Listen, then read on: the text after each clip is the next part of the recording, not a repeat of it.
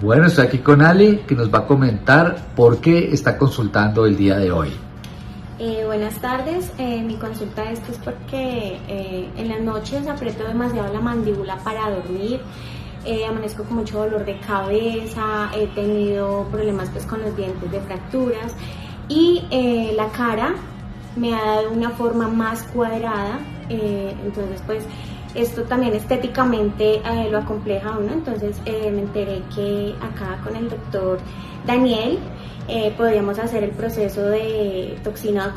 botulínica para disminuir un poco esta zona y pues vamos a ver los resultados. Así es, Ale, entonces vamos a pasar y seguiremos mostrando tu casito.